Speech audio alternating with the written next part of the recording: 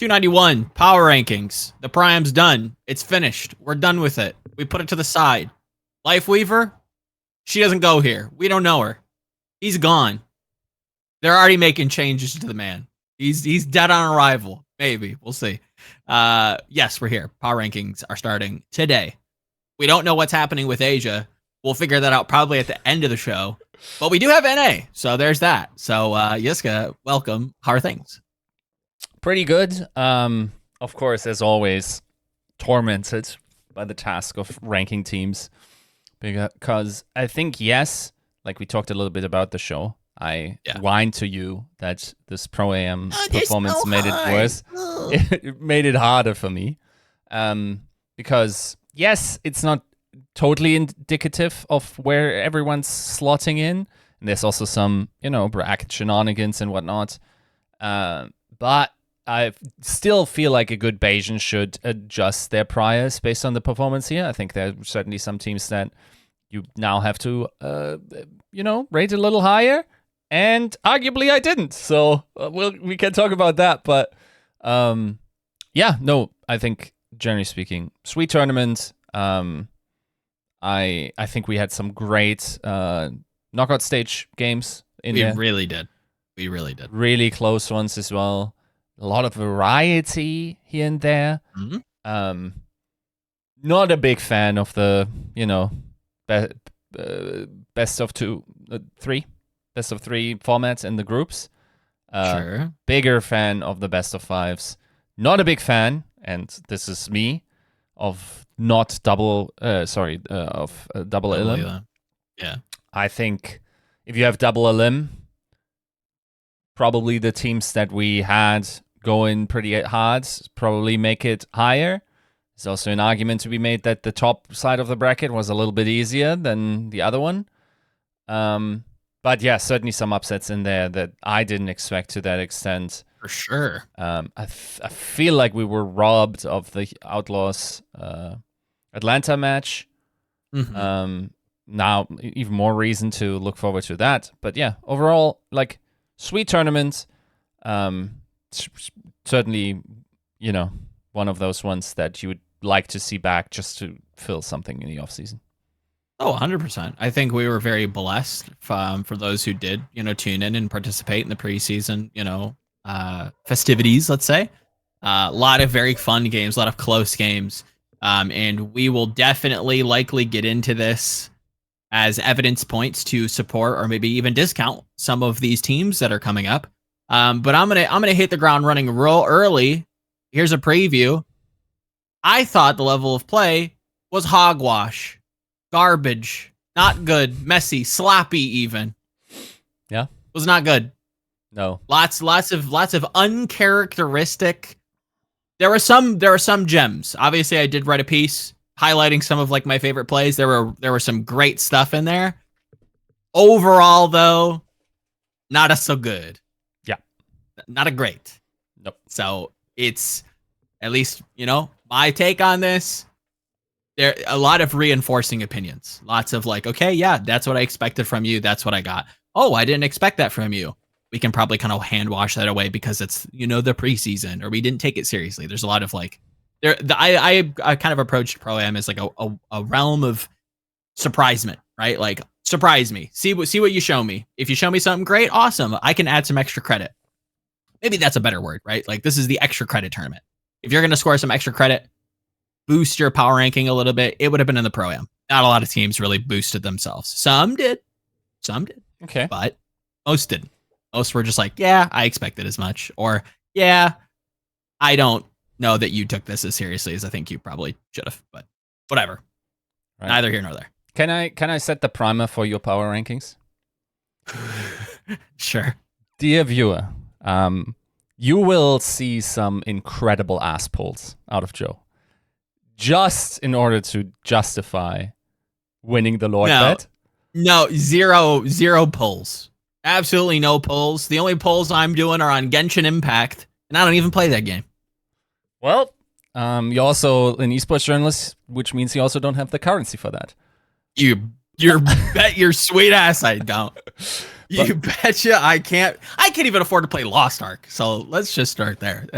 These games are expensive these days. Right. And Y'all you're gotta about to quit lose your lying. dignity as well, because I'll be honest with you. There's no shot this team is going to make top 7, which is required. I mean, you couldn't, like, if you want to, you can already start calling me Lord if you want to. No. The fact that Chengdu, it came down to the wire, A, made the season way more fun, and B, like, I probably could have backed out midway through the season and accepted a less punishment. There's no shot that I'm floundering on my Titans opinion. I like what I see. I have some pretty good reasons why I think that they still could get 7th. Again, it's a gamble. That's the idea, right? It's a bet. Is that the sound of a man about to pull ass like to the nth degree? Probably. It might be. Yep.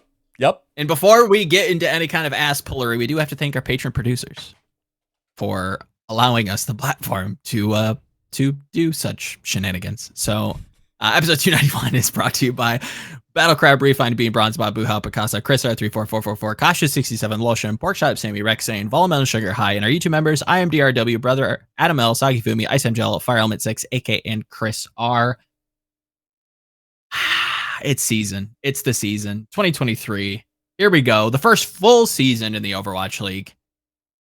And I know Eric and I talked about this prior to the show, but I really don't know where we're going to start. Here, let's just start. Have you seen any other power rankings? Have you been inspired by anyone else? Not at all. I feel like we're first here. I think so. I think we are first because everybody's like, Lifeweaver, Pog, Lifeweaver. Oh my God, he's going to troll my games. Lifeweaver, hot boy. Like, yeah, it's cool, but we got a season to talk about, guys. Yep. So let's just start. Go ahead. I will say, on a relative level, I think this is the season where I had Scrimbucks impact my power rankings the least, just because of Pro-Am. And I feel like I went really hard on roster quality, but I also really factored in coaches to a high degree. So, with the exception of one team, where I think the coaching stuff is very good, and I didn't rank them as highly. But we'll get to that. Do you have any like caveats or like frames of like how you thought about your power rankings? Nothing that I haven't kind of talked about before. I value flexibility. I value like having a complete roster. Obviously, like single tank teams in general took a hit. I'm a big environment guy, so environment got a buff, or like extra points to the magical sheet. You know, the whose line is it anyway? The points don't matter sheet, because they're all made up anyways. I agree that like the coaching was mostly, in my mind, more of an extra bonus point. There was one team in particular that I was like, oh, you are not going to do well because you don't have coaches. If that makes sense. And we'll get to them. You'll know who I'm talking about when we get to them. But yeah, nothing out of the ordinary, nothing that I've like never talked about before. A lot of flexibility. I want teams that can play the meta or at least be like a meta agnostic. I don't like dice roll teams. And yeah, I think that would be kind of my criteria. Right. Shall we? I think we also, what we should say is we say power rankings, and it's because it's the brain rot words that everyone keeps using for very different concepts. But what we're actually doing is end of season rankings. Correct. Right? So to sort of elaborate what the difference is, a power rankings would be a snapshot of how good we think teams would be coming, I suppose, either right now or coming into the season, right? Right. You could make both those arguments. The right now would be less interesting because we just had Pro-Am, and like this is just an approximate, pretty much. Yeah. Even though there's some arguments to be made because of the brackets and whatnot, blah blah blah. Then 2 weeks out, especially because some teams still wait, coming over, and then that could be the thing you could be doing. That's not what we're doing. What we're doing is, after the regular season is done and all the matches have been played, what is the ranking specifically in the NA region? Mostly because there's not really a fully fledged Apex season either, or teams, I would say, specifically Chengdu. Now, the other part is that we're also doing this prior to many teams having announced their sixth. And while I expect a lot of those teams to not pick one up, I do think there are some that will. So, yes, there will be the manager Jerry being the sixth player. For some teams, I expect this much. But not all of them.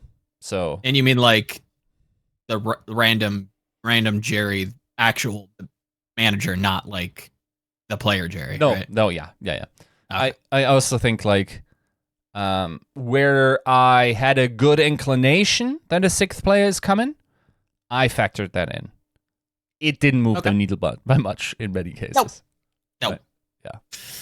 No, and I think if there's any other points you want to get into, we could jump into a team that I think is pretty much at least teased, hinted at, maybe a potential kind of hype sixth man, being the Vegas Eternal. If we want to start there. I think this is a pretty safe pick for the both of us. A team that has struggled, let's say, in some of the league scrims in the Pro-Am, not looked fantastic, coming in with a core from last year, some additions. Any thoughts there before we jump into the ranking? I feel like they are a strange team, but this is one of those teams where I mean that's been more or less leaked, right? Like at this point, I don't think I pride myself on my ability to read trolls on the internet and not misread sarcasm or trolls. It doesn't feel like this was one in terms of like the league rack attack I think had. So I expect as much. I will say they've been struggling. And also, not 100% sure this is actually the most likely. It's hard because realistically, we both know what the decision here is, right? The decision is it Valiant or is it Vegas, right? Yep. And I almost feel it's really because of the performance in Pro-Am and also scrims for some points, but they weren't as terrible in scrims. And it really depends on some metas, and especially if they get a Bragg meta. This is another caveat that we have to make here is this is prior to any Lifeweaver scrim bugs, which will be determining half of the season, presumably. Now, the interesting part of this is, and I'm looking forward to how they solve this, is it seems like they're still fixing a lot about Lifeweaver. And the question then is, when do they lock the patch in, or will they keep updating with live patches, even during the ongoing season? And considering we now have like half a season-long stages, or splits, if you want, it messes with competitive integrity if you were to change the meta within the stage, right? But I do think in this format, especially with new heroes coming in, it's fairly unavoidable, but it will mess with the outcome. Like, to explain what I mean is, the season starts, you play a team, Lifeweaver is weak because it hasn't been buffed yet. You play the team, they're super weak, free win, and then Lifeweaver gets buffed. That team is good at Lifeweaver that you just beat, and they level up a lot because of a different meta archetype also being played. It's not just because of one hero. It's usually what the hero facilitates in terms of the meta archetype that then comes in and is allowed through the buffs and the changes to take effect. And that then messes with the with the strength of schedule really that you're facing, right? Mhm. Now, Yep. in earnest, this was of course an issue also prior because we didn't have mirrored stages ever, really, other than in season 1, I suppose. Did we have mirrored stages there? I forget, but you get the point, right? Like this is going to mess with comp, and this will have a large impact on how this shakes out. I think a lot more people. I feel like this is one of the hills that I've died forever on, and now people are coming forward, especially also from good pro teams, and say the meta is a gamble, dude. Yeah. And like it's really about hitting your meta in the most opportune moments, and then you could go far, right? I think Hawk said that in an interview as well, right? Like it's a lot of the best teams in each meta are determined by gamble. Do you have the comps? You cannot protect against every meta comp or every meta archetype or every hero that could be played, every combination of heroes that could be played. It's worse now because, I mean, presumably we have some teams with 5 active players up to, I think what's the biggest team right now? Is it 7, 8, maybe Boston with I think 3, that's 9, 5, right? 8. Do they have 8? Yeah, Boston has 8. Okay, yeah. 3 I'm DPS, not 2 sure if tanks, there's 2 more. supports, yeah. There's a team with more, but you get the point, right? Like now Yeah, you of have course. even less adaptability. Yes, players got less, more flexible. At the same time, like they still have their preferences, they still have their pocket picks, and if that works in that particular meta, and it is a meta where you cannot run the variety that we, for instance, saw in the Pro-Am, which is not just because of the balance state, but also because like how figured out something is, and technically, like the longer a meta goes, usually it hones in on one meta comp until someone finds something else out. It's going to be a rough one. It's going to be a real roll of the dice, which makes power rankings really dicey. Long story short, in most metas, also just like how I've seen it, the Eternal, it's rough. I don't see them doing that well in too many. Like what would be the ideal comp? Like something with Break, something with Genji, like that's almost something that has to happen. I didn't hate Malthus Farah. Then okay, if Rhino comes in, they have a lot more tank flexibility and quality there. Correct. So I'm less concerned with whatever tank pick that would require. So yeah, like in the past, I'm not sure if we wanted to do this, but in my mind, the range that Palace Eternal could feasibly finish in is like up to 10th.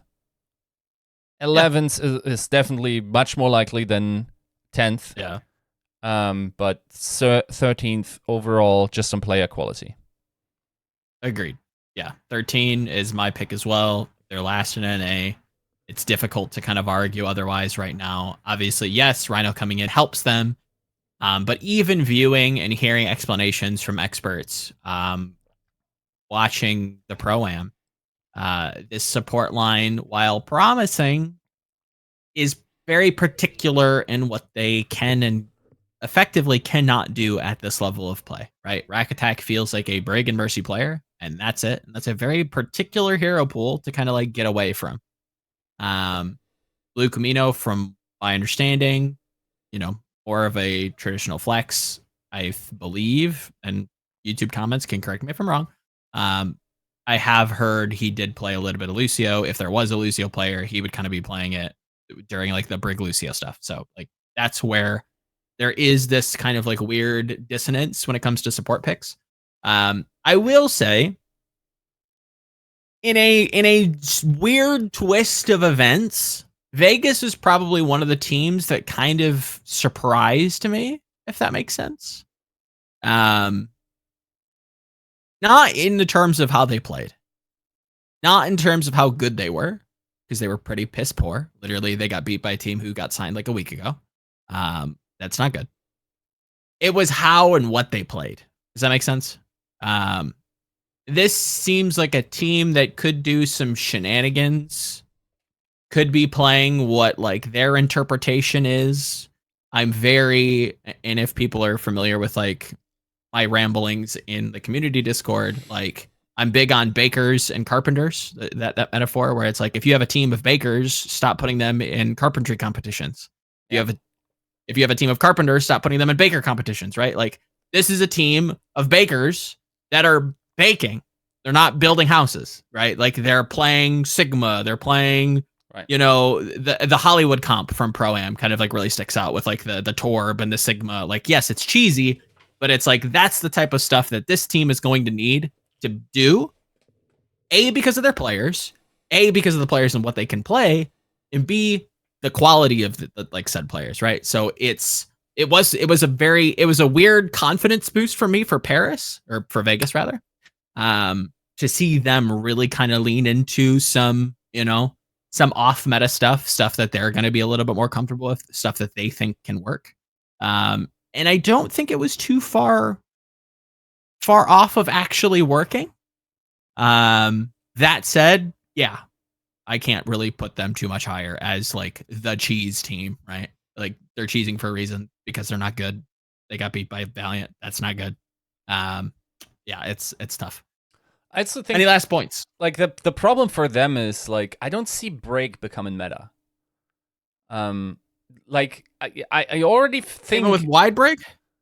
I already think it's sort of like a question. It's questionable if it was such a hard buff, but there's also ample incentive for Blizzard to now make Lifeweaver very good, and then we indeed start with a Lifeweaver meta. Not because we want to start with a Lifeweaver meta in the Overwatch League, but because they want their new hero to be playable.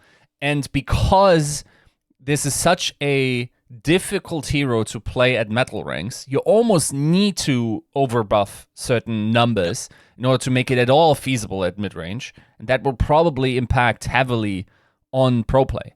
So theoretically, that hero should be much better in the hands of pros than in the hands of casuals.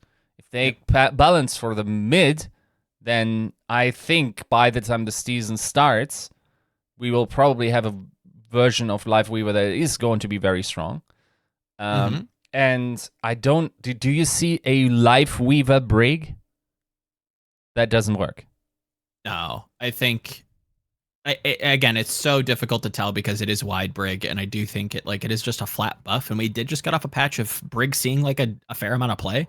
It's not just a flat buff. They nerfed a bunch of ranges and everything, right? Yes, and that could be a difference maker. I don't know. It would have to depend on like what the comp is playing or like what Brig's role is. I don't think like the AoE stun is like as crazy as like everybody's like shitting their pants over, right? Like that's not a huge deal. It's more or less like the instantaneous. I don't know. It's and it's not really. Do we know for sure if it's armor or if it's just over health? Because again, that was like I mean, that's pretty big. Strong, yeah. Giving her armor back is very strong. It's difficult to say. When it comes to Lifeweaver, I mean, to even support your point, like his release, he already got buffed, right? Like, the charge time on Healing Blossom got, again, insignificant. Well, no, I don't know if it's insignificant. Shaving it down. Yeah. Shaving down the full charge time from 1.2 seconds to 1 second, like, it's not insignificant, but like, are people really going to notice that? I don't know. The people who will notice it, you know, it will matter. The fact that like hero developers are going on Twitter now. I think Keller just tweeted something recently talking about how there's going to be like quality of life updates to his dash and his weapon swaps. You know, TBD on when that comes out. Again, circling back to what you're saying, like if that quality of life patch was to happen and Overwatch League was to implement it, that again could be a significant shakeup in terms of the meta. We'll have to see what that looks like. Again, not something that I think Vegas is going to be able to pilot all that well. Yeah. Moving on. Yep. Let's head to Valiant next. Another team. Not so good. Some standouts, some impressive. Like I thought Seeker was okay during Pro-Am. I thought CJ was, had his moments, but like I have to put them pretty low. I have to put them 12. Yeah. Yeah, no. That's I believe where I put them as well. Yeah, I'm really not super confident that they will finish above Vegas. I think that's about a coin flip. Yep. I also think they just have even less resources. Right? Sure, yeah. So I don't think they have a coach. They have Paintbrush. Yeah, Paintbrush. What do you mean? Right. Paintbrush is there. Yeah. Yep. The homie. Like he's got the Twitter password. Eternal has a real sixth player. They do. Right? If they have a coach, they have a sixth player. Like, yeah, there's a lot of resources there. I would still say they're starting at like such a like low level that it's impossible. Yeah. Like I was positively surprised by some of their players. So that, like, otherwise I would have probably had them dead last. That was one of the teams that I probably course corrected a little bit because of Pro-Am.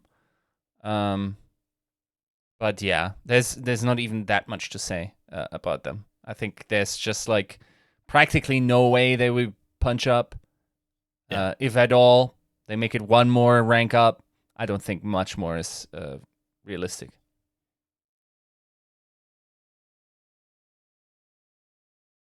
Yeah, I think it is. The more that I even talk about this, the more that I'm keen on looking at Vegas maybe edging out Valiant in the coveted 12th position. That said, again, I still feel like Vegas is starting at like a lower rung. Actually, yeah, you know what, Eric, if you could you move Vegas up? Again, this is end of season. I think longevity-wise, I think Vegas probably beats out Valiant. Just in terms of resources. I hate to just flip the script. Yeah. The more that I like kind of yeah, the Reno pickup is kind of move me as well. I think like if that's still allowed, that was one of the one that stung a little. I think then switch me up as well. I think it's just like to be honest, I don't know enough about those particular players. What like prior history other than Seeker, of course, and Kravi. But I'll also say they just like. I don't think it's even possible to give less resources than those guys got. So like that, no shade there, but yeah, you're fighting an uphill battle there, and every rank above last and every match that you win is a big dub for you guys. Yes. Like the fact that you can meta gamble, the fact that like you do have a sixth player, the fact that you have a coach, one that a lot of people respect. Like I think this is somebody who like has a great head on their shoulders.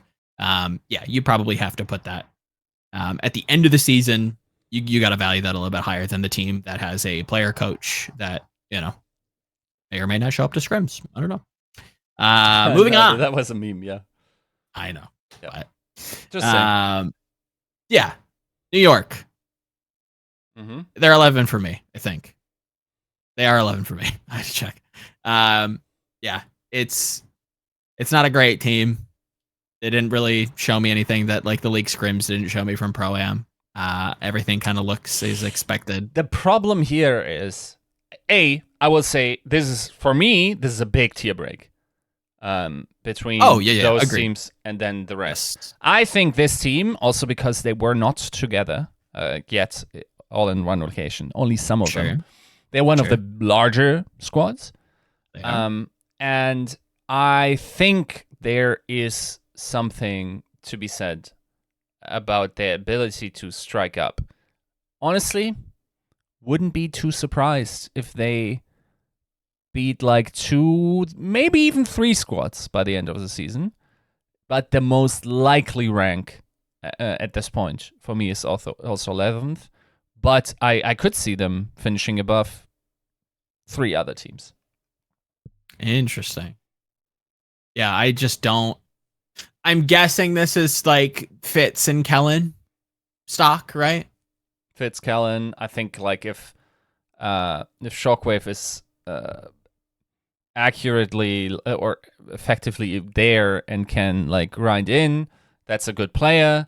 And yeah, I don't know, like even creative and whatnot. Like it's not a bad team on paper, right? Like I think they like if you have good coaching, you can level them up and make something there that could surprise. They're very unlikely to even reach into the second tier, which is large for me. But Yes. they are very clearly better than Paris and Valiant. They're very clearly more well-resourced than those teams. Mm-hmm.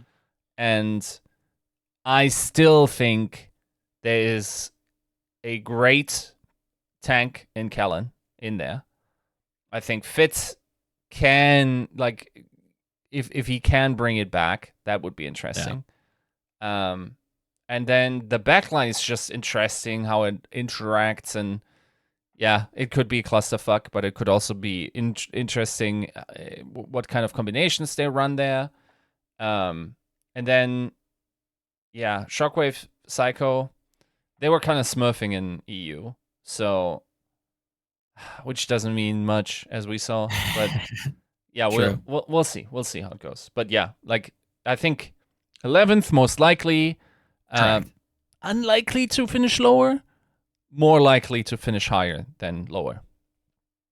Yeah, if New York finishes lower, there I expect like serious boomage, right? Like this team has to be like underperforming at a like severe level, because I agree, like the level of players that like New York has compared to the two lower teams, it is different. I think Fitz in general has been on a slow decline. I think last year was like pretty kind of cemented that for me. I think Kellen is not in a situation for him to succeed. Again, sadly, I think it's pretty clear that he is talented. But coming off of the back of the last season where he wasn't set up for success to this season where now he kind of has to play in a mixed roster, which is going to take some time. And again, this is end of season. I don't expect that to I don't expect those growing pains to be eased by anything, right? I think they're going to be a very grind heavy team, and I think that's going to be like an adjective that I use for a lot of teams. And I just don't think the teeth that the New York Excelsior have, looking at the DPS, looking at like their lack of like strong tracer player, and I'm talking like good tracer players, right? I think Psycho's fine. He's enough to compete at like the low owl level. But if we've seen anything, if there was ever a pattern to look at in the Overwatch League, especially in like the off seasons, it seems like every year we level up a little bit more. This is one of those years that we're starting to see like a differentiation between teams that are not investing, and it shows. And I feel like New York is one of those teams that's kind of, if anything, maybe on the cusp of that cutoff where it's like, okay, you invested a little bit, but I just don't know if like the DPS are going to cut it for the type of team that I think you really want them to be. They have some talent. They could punch up, maybe, but a lot of things have to go right, and there's a lot of hurdles there before it starts to go right. Yeah, I don't expect much out of New York, especially early. If they rally late, credit to them, but yeah, tough to see.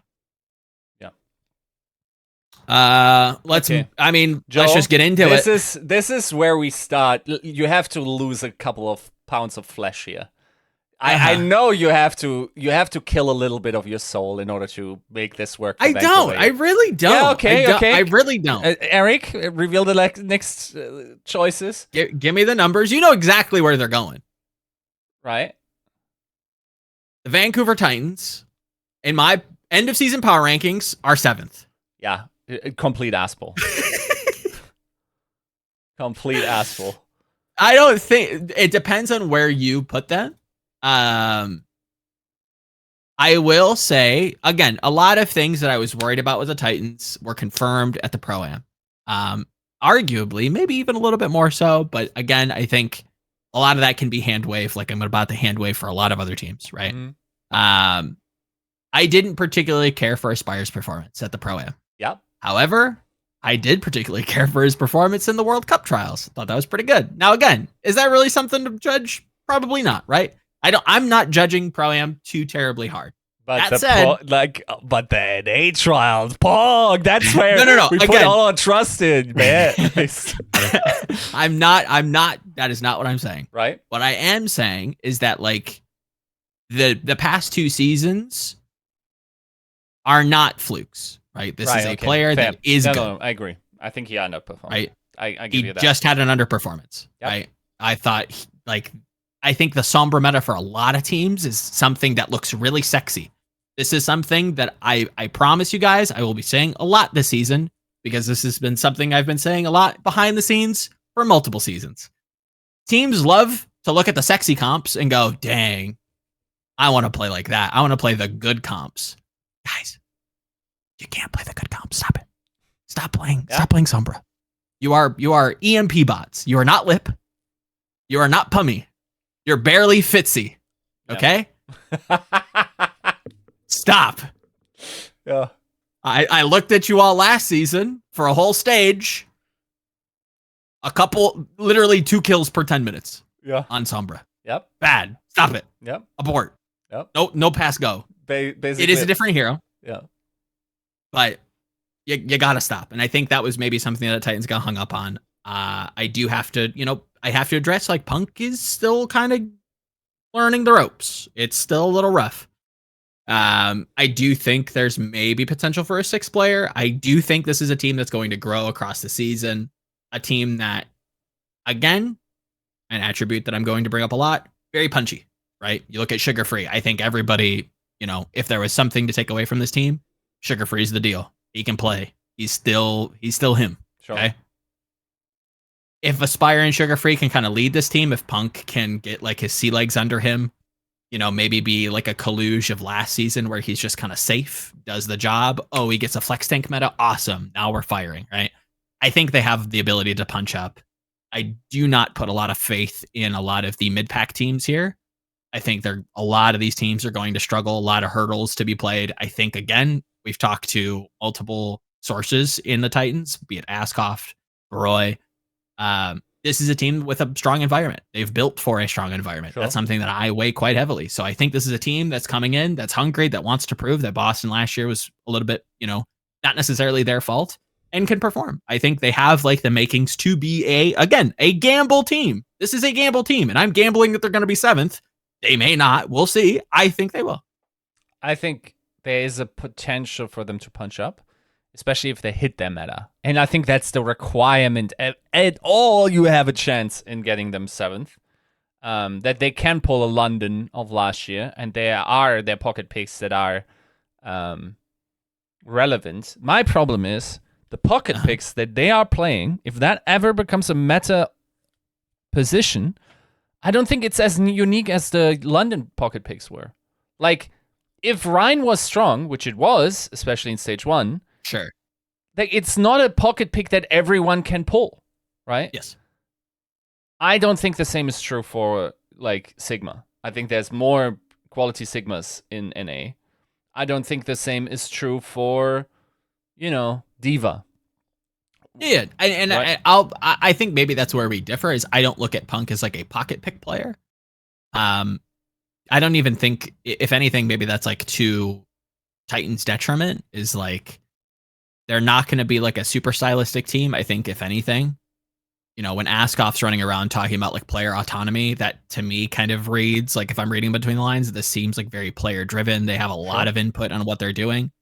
I think it's difficult for players to kind of, big bunny ears for the audio listeners here, admit that they can't play the meta comp and they play something else. So this is, I think Titans are going to be like a meta staple team.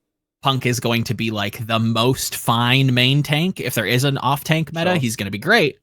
But I think he's going to be like a fine Winston, a fine Doom, maybe even an okay to good Doom. And it's basically Crimzo, Sugar Free, and Aspire just kind of going crazy and just like being +1s, right? Like I of course I knew that you were going to rank Titans there because like you had to, commit to the bit. I am more interested in where you took the flesh off, where you cut something out of yourself. Because I did. Already I'm smelling a betrayal of one of your dear hearts. No, that had to have happened. Okay, we'll see. Negative betrayals. Yeah, okay. So to a quick recap, let me zoom in on my own feed here. I have the Vancouver Titans obviously at 7th. Yiska has them at 9th. Again, two degrees difference, nothing crazy. But again, there are some teams that I think we would agree that they trade in this tier. I think that like would you and the NYXL tier, yeah. Interesting. Okay. I think they could definitely finish lower than NYXL. Yeah. Really? Yep. Yeah, I don't think so at 100%. all. Yep. No shot. Yep. I would be genuinely surprised. I would have to call stinky bullshit in the locker room if that was the case. If you flunk NYXL, that's some good players in there. I don't know. Like, bro, I don't think they win the pound for pound, dude. You can't beat. Yeah. No. I think Kellen shits on Punk fiercely. In most meta applications, when you think about like whatever, I don't think people realize how good Kellen is and how close he was to signing to some real top teams this year. Sure, I don't doubt that. I don't doubt that he is a good player. I've looked at his VODs prior to last season. Yeah, he was talented. It was exciting to see what this NYXL roster was going to look like. Unfortunately, they only signed half a fucking team because they were too busy doing other things. Look, I'll also say if we get to a Sigma meta, I think Punk will poo-poo on Kellen's big league, right? Like that's a given. If we get to Rhine, if we get to Monkey, if we get to maybe even Ball, that's all where I see like Kellen edge out yeah, I would, and that's the only lineup that I would agree with, right? Like I do think that Kellen on paper is a better tank than Punk currently. Mm-hmm. However, Kellen is in a mixed team. He's never played in a mixed team before. There's that raises questions for me. I don't think that's going to be a gigantic factor. So I give like a slight edge to Kellen. Every other line, I think the support line, Vancouver clears. DPS, it's not close. I think there's no shot that New York finishes above Titans. I agree that DPS is behind if you extrapolate from the peak performances that both of those players on the Titans are capable of. I'm not sure if they will be able to deliver it. And I'm a little bit concerned for Sugar Free's flexibility over the entire season, depending on what happens there. I'm a little concerned for Aspire's like form, but maybe that's I don't know. Like I expect him to be back strong. Yeah, I definitely give you DPS. Support. Yeah, Crimzo's still him. Crimzo's got that dog. You don't think so? I'm consistently always impressed when I look at Scrim. I'm not saying he's bad. I'm saying he's probably like a B+, A- player. But so is Creative. Bro, Creative will never not be the Ana player. Okay. That's about it. That's all I really see, like him holding a candle to Crimzo. And I know that's kind of crazy to say, but like, yeah, no. I think Crimzo's good. Creative isn't bad, but I think like his great hero is Ana. Everything else is like, it's okay. Sure. And he's playing in a mixed team. It's like, oh, okay, it could be rough. Has the NYXL announced a coach, by the way? Per Wikipedia. Oh. No. Didn't we get the wild bag of cats like leaked? No, I don't think so. Oh, really? Unless you want to, yeah. Okay. Not that I've seen, but there again, anything. Yeah. I'm under a rock. Yeah. Okay.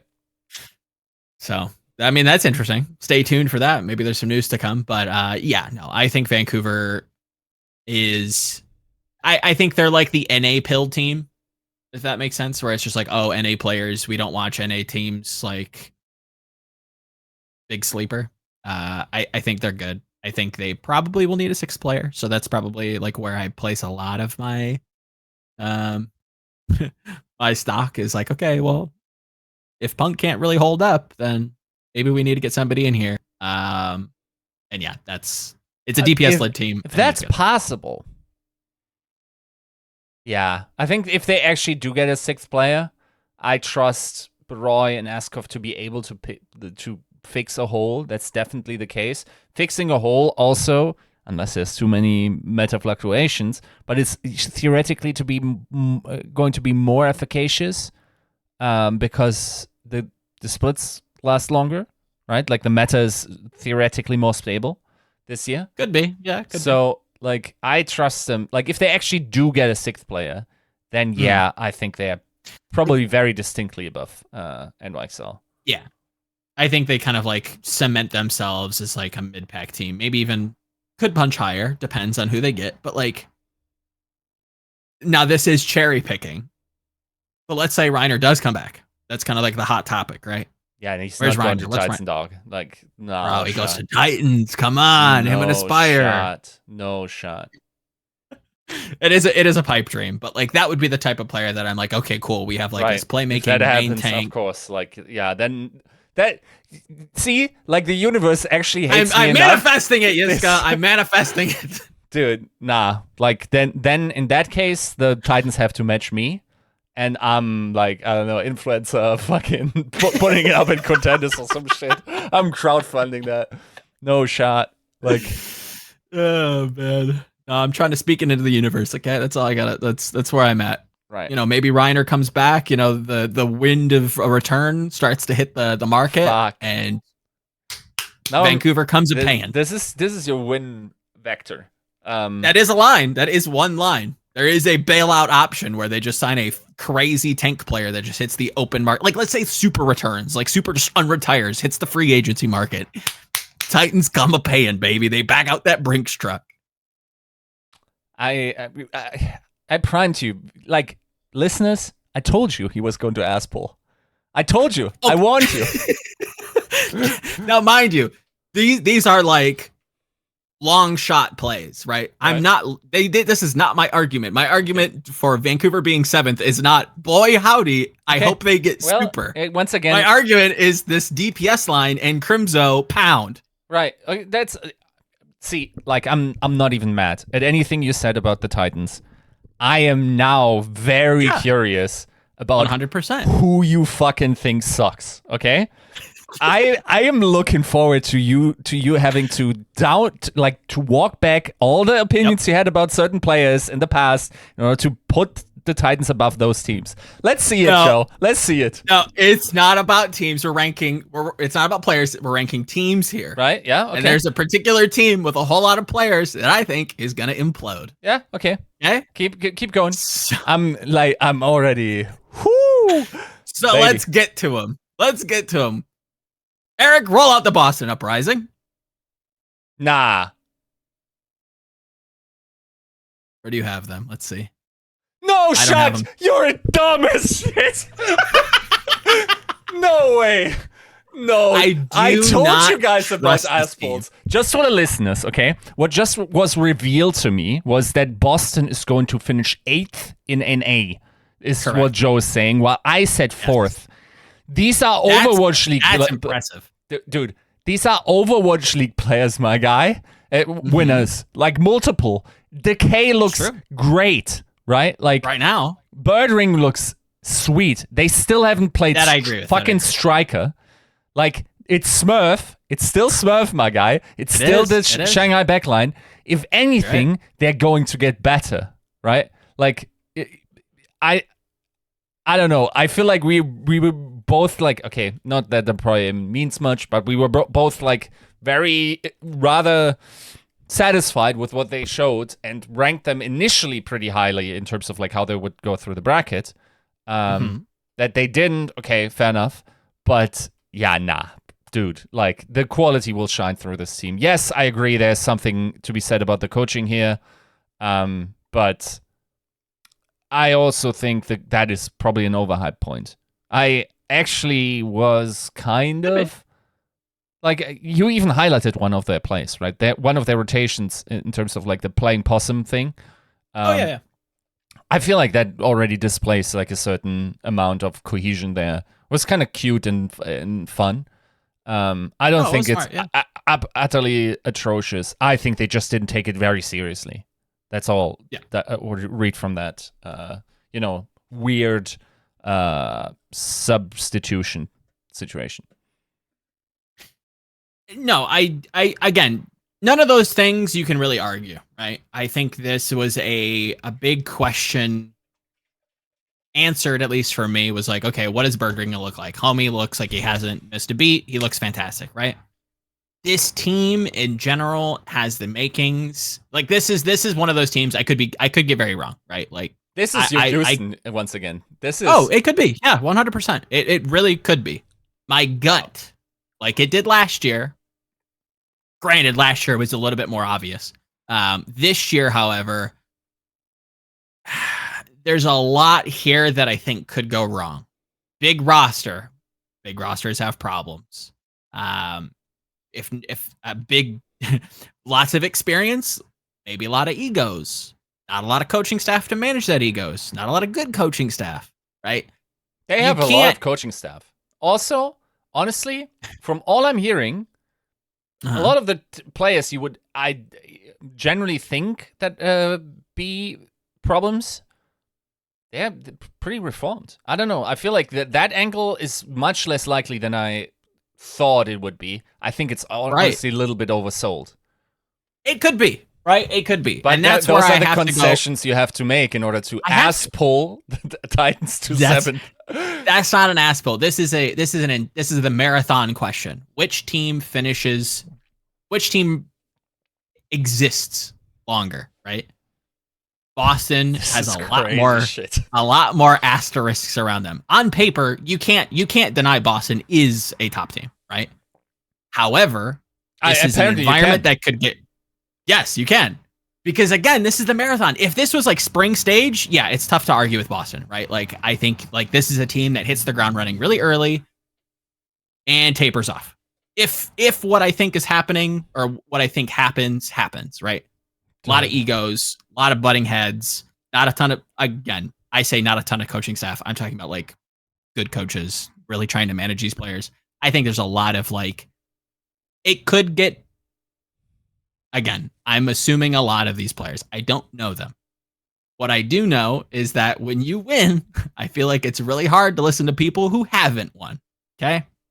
And that's like razor to the max, right? Like Occam's razor, like, let's cut this down. It's difficult for esports pros to listen to anybody, let alone somebody who hasn't really won much. Last time, I'm not going to throw too much shade, but there's a lot of questions here. There's a lot of like ass pull arguments you need to make in order to put the Boston Uprising below the Vancouver Titans. And this is a hot take, especially off of the Back Pro-Am, because I know all of like the little Timmies in chat are going to be like, oh my God, Boston looks so good. Have you seen Birdring? It looks like he's cracked. You even said he's cracked. That's all true. We're looking at the marathon. We're looking at the long distance. This is a team. It's worse for Titans. So much worse. No. There's not a matter you can throw at this team and they are ever really like substantially out of their depth. They shouldn't be. 100% they should not be. I feel like we've said that so many times in the past with rosters this size where you have to just shift gears all the time. You look at like Washington last year, where it's just like, okay, cool. Like they have a lot of pieces. They should be able to work. It didn't work. Joe, can they win the league?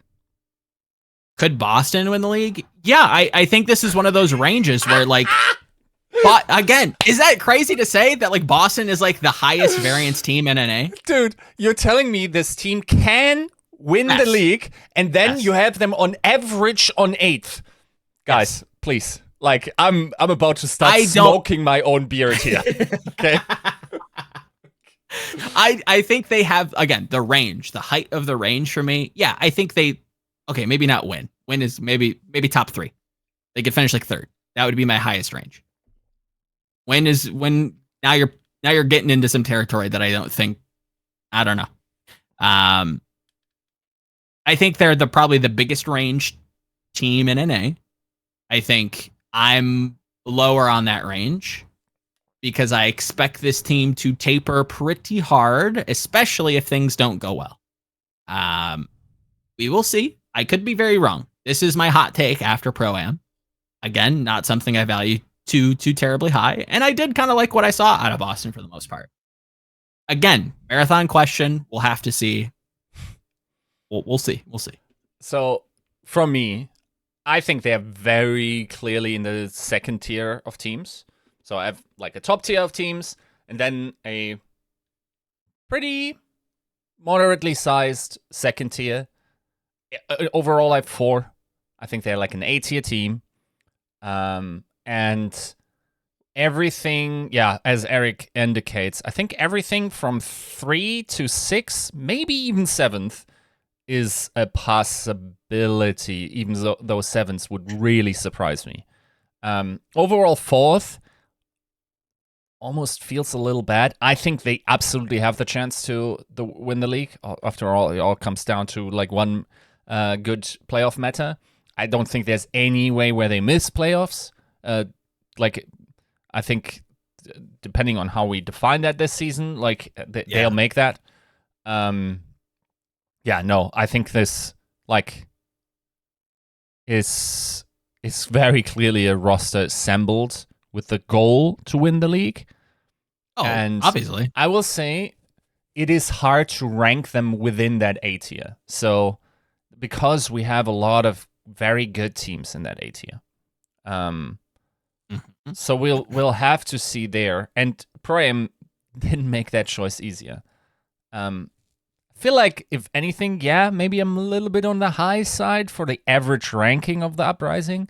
I think they're probably also more concerned with like getting the mid-season win, getting the end of season win. I don't think they will be too particularly concerned about winning the regular season. But yeah, I think this is I'm pretty happy with 4 or 5.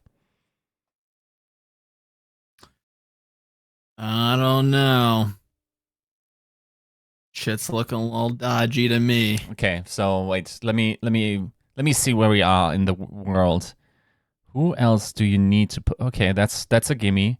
Oh, yeah. While you okay, postulate, let's do a quick recap for Boston fans, audio listeners. I have Boston finishing end of season at 8th. Yiska has them finishing end of season at 4th. Right. Okay. Let that marinate as we move on to the Washington Justice, who have Alpha E. Yeah. That said, they're finishing 10th. There's the next pound of flesh, my guy. There's the next pound of flesh you have to leave in order to make your bullshit poll work. How is it bullshit? You have them 10th as well. Yeah, but you're higher on Alpha E. Are you not? I am. But when brother worst, okay, is jumping out of fights and Teru can't see him He's and not has to that nano bad. him. Come on. Bro, it's not that he's bad.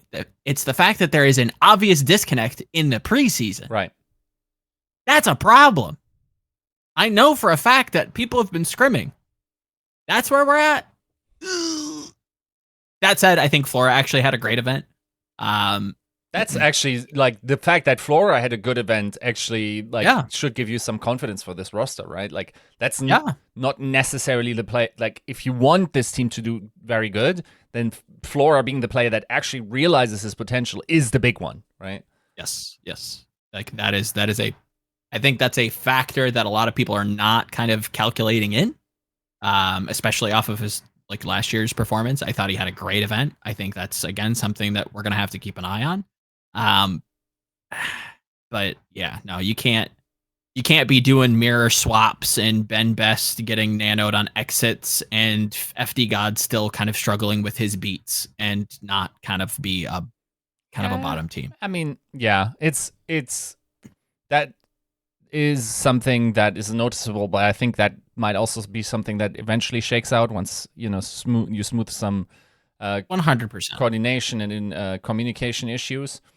Yep. I think like what 10th says to me is like the entire tier of 11, 10, 9.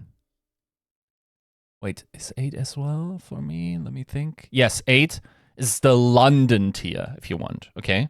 The London tier is the tier of teams that can theoretically punch up and like have a top 6 performance, and I wouldn't be too super duper surprised based on like what kind of qualities they have on the roster. Maybe a little bit less likely for NYXL than the other teams, but all the other ones have like this one player that can really, at least this one player that can really hard carry games.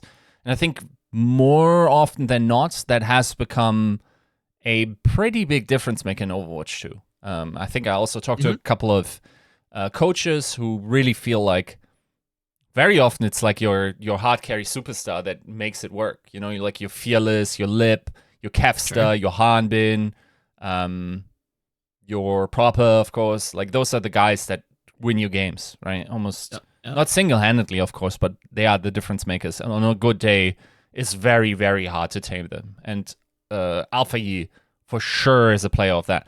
Honestly, if this season finishes, and you know how we talk about the big 3 DPS players, right? Lip, Kevster, and Proper in NA.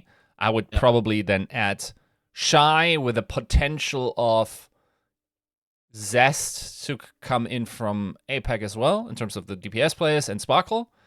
And I wouldn't be surprised that if in NA, the big 3, could be extended with Alpha Yi as well, but that might be overrating him a little bit. I'm a big Alpha Yi simp, and I don't even know if I would agree with that. I think there are definitely the players that I think could slot in a little bit more like agreeably, if that makes sense. I think he will be good. I think he probably already surprised some people. You know who's more likely to make it the 4th? And this is crazy. That's right. No. Stalker. Oh yeah, 100%. Which is crazy because now we have 2 names in the big team, in the big 4, right? But we'll talk to them once we get to them in a long while. But yeah. Yes, it's going to be a minute before we get to the rain. I think that's a safe assumption. But when it comes to the Justice, I think I want to really underline the point where you're like, yeah, it could, they could iron out some communication issues.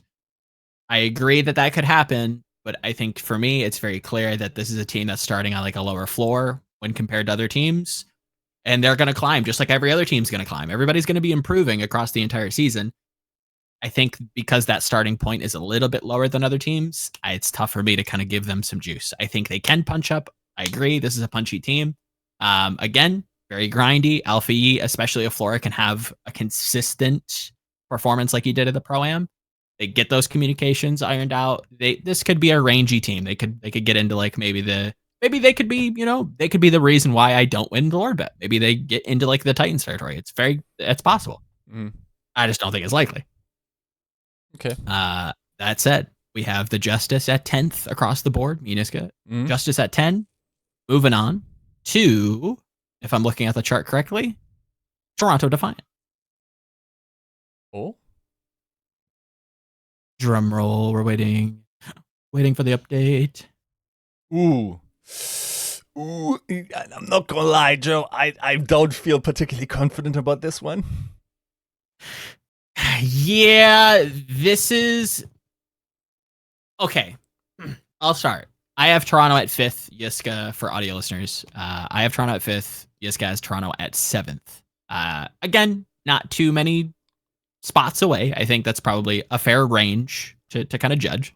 What I liked, and I think this is maybe like the no-hill buff, is how kind of creative they were, especially on maps that I think a lot of teams are like, oh, this is the Ram map, this is the Rhine map, and they're like, nah, we're playing Sigma. It's like, oh, okay, interesting. Like that's well within Kaluja's wheelhouse. I'm looking at like Nepal Sanctum as like the one that kind of sticks out of my head. It's different. It's interesting. I don't know whether or not I like that in particular into those matchups, but what I do like is that they're thinking a little bit more outside the box. I feel like that's like an attribute that lends itself to like new patches, new heroes, right? This is something that I think is probably going to be like a boon for them over the long term. I think they're well coached. This is a team that gets along well together, obviously worked together in the past. And yeah, I think Speedily had a great event at Pro-Am. I think Hydron only continues to kind of impress me. I think he's probably one of the best hit scans in NA. And that again, like goes across the league or the region, let's say. And yeah, I think maybe even like Sam having like a role within the team on, double hit scan maps, playing the Hanzo, that was kind of interesting to see. It seems like they have a format for the team figured out. Everybody looks good. I think they're going to be kind of maybe the Philly of old, the Atlanta, the Glads, those that kind of gatekeeper feeling team of the upper echelon, the higher tier, the championship strikers. I think Toronto could be on the cusp of a championship quality team, but it's difficult to tell right now. Right. Yeah. I will say 7th feels also super low to me.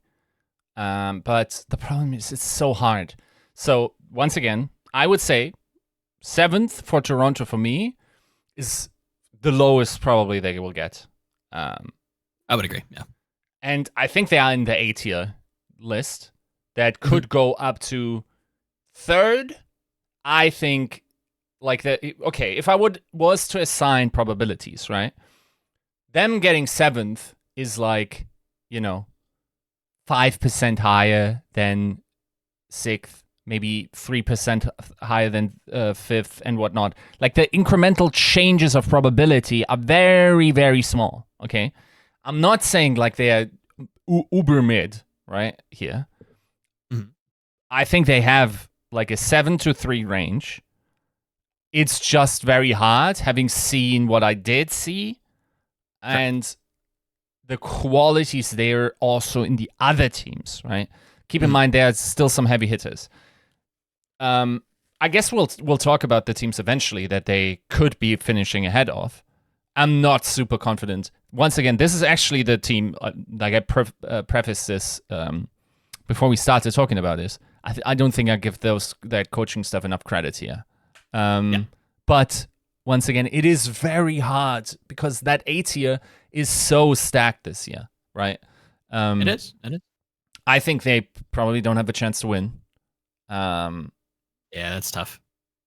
But I do think like a 3rd is hard as well. But 4th is like if they finish 4th is very doable. Yeah, wouldn't surprise me too much, and I think even your 5th is reasonable. Yep. I think one of the big things that to dabble in my own scrim bucks, obviously everybody's scrim bucks. One of the leaked VODs in particular, they showcased, I think it was against Glads early on, and this has nothing to do with like the Glads performance in that scrim.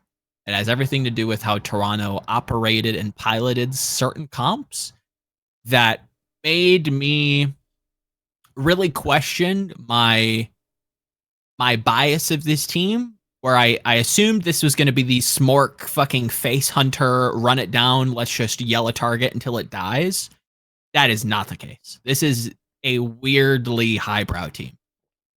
They have very structured game plans, and I think if you go back and you look at I think it's Toronto Boston on Havana A, and I think Toronto are attacking.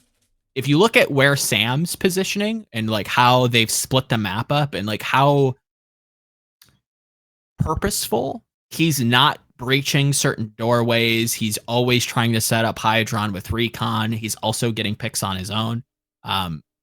He was a factor, and I think that's A, it's difficult to integrate subs, and B, it's difficult to kind of give players roles and like make it like readable to the audience, if that makes sense, right? It was very clear what Sam was doing. It was very clear he was aimed on shutting down certain avenues to put Hydron in the best position possible while also still being a threat. Like fighting for different sight lines. Like, this is a well thought team. And I don't think that's something that like Toronto is going to get enough credit on, especially in the preseason. I expect this team to probably like, I expect a lot of weight to be put on Pro-Am if I'm like to assume. So I don't see this team getting a lot of love in the preseason, and I think that's probably going to be to people's detriments. Now, this is also coming from the idiot who put the Boston Uprising, a team full of OWL winners, at 8th, mind you. So take that with a grain of salt. Yeah. I think Toronto's like a scarily good team. Yeah. And I think they're way more highbrow than I think people give them credit for. So I'm like, this is basic. This is very likely to be the team I miss the hardest on. Sure, could be. Like, if it doesn't seem like you're missing that hard though. If I had to like nominate a team that, you know, is sort of my joker, that if they wildly place out of position like 4 ranks above, or above basically, like that's one that I would expect, just because once again the A tier is so stacked. Agreed. It is, again, NA, and this was something that I constantly had to fight when I argued for my my spring stage power rankings. It was like, bro, it's like, this is a decent team on paper, but if you look at how NA has like leveled up with like those top teams getting real like stratified, it's you're not competing with them. So you gotta go down, right? Like it's tough. NA looks scary good, and I don't even think APAC looks that bad, to be fair. But we'll get to them when we get to them. Moving on, just a quick recap. I have Toronto Defiant at a strong 5th place, and Yiska has Toronto at 7th, so a deviation of 2 spots. Moving on, we have the Pro-Am winner, surprising, I think, everybody, the Florida Mayhem. Vice City colors coming in bold into the 2023 season. Where we got him? What do we got? Okay. Drum roll. Suspense. Interesting. Okay. All right. Do you want to head this up? Because Yiska, okay, for audio listeners, I have the Florida Mayhem at a 4th place, tying his Boston prediction. And he has the Mayhem at 6th. Why do you think the Mayhem are, like, again, it feels like a clear range. Like this feels like a comfortable range. 4 to 6 feels good. Yeah. Why on the lower end of the spectrum? So I think they overperformed in the Of course, yeah. I think they had a pretty solid bracket there that they had to fight through. Fair enough. You beat whoever you can beat and get in front of you. And I think it was very impressive. I think that's also the peak that we saw them play at. Sure. I actually love everything about this team, though. I will say, like, how incrementally this team was built from really underappreciated picks. I think the Checkmate story is one of my favorite ones. I forgot who said it, but someone in Discord brought it up, and I wholeheartedly agree. It's like, this kid could have forever been the meme tag, and now he's like a really good player, right? And like, it's truly like someone that others recognize as elite, and he's just getting better seemingly every season. Like last season, he was already really good. Maybe he can even peak higher, right? Another tank that's like so heavy on the grind, so passionate, so flexible, underappreciated by virtue of not having gotten a role star last year. Yep. I think this is his year to get it. Such a good player. Once again, this is one I think here Mayhem are much more likely to get third than Defiant. Yeah. But once again, they are in the A tier range, which was like from 3 to 7. All of that could happen. It's also historically, Mayhem does kind of well early in the season. Sure. So I think that's also based on the prep that Gunba puts in, and like has the foresight to just plan ahead. and then eventually the resources of this roster catch up very often. Right, that's just the game. This time around, just because of their scouting, it has now accumulated into a truly top squad. Thoroughly A tier. Once again, wouldn't be surprised if they finish fifth, fourth, third. And yeah, I don't know. Like all of this is so sweet. I think the fact that Merritt popped off the way he did is really encouraging for this roster as well, because we had him sort of pegged as his Sojourn one trick, as weird as that is, because like he got into the league while Soldier wasn't even a thing, you know. He definitely isn't. And the take grows on me that this wasn't a bad decision or trade-off to make between Happy and Merritt. We'll see. I think overall, at the end of the season, Happy will have had a better performance, but only by a couple of percent. I think RuPaul is super interesting. That shit shouldn't work, dude. It shouldn't. It just shouldn't, right? Like, just one guy on an island, like not talking the language, like really under-scouted as well. It's not like he had a ton of competition there. They stuck with him. Like, he sort of like took Majet's spot from him as well, right? Like, and now he's on Toronto. I think, and his performance was great at the Pro-Am as well. Yeah. So, once again, like all of what I'm seeing here, and Sharong, of course, like that's a player I also trust to have the flex support on lock. Yeah, they're kind of prepared for whatever they're throwing at them. Like, you could even maybe fifth would have even been better, but then again, we'll talk about it. But it's really hard. Sure. No, it is difficult. I think a lot of these teams. I think my like A bracket or my A tier, if there's an S tier, probably is 4 to 7. I think the third place team probably could be just as punchy as like the first and second place teams. But when it comes to Mayhem, I want to echo a lot of those same points. I think RuPaul had a phenomenal event. Do I think that's going to be something that you can kind of count on? Hard to say.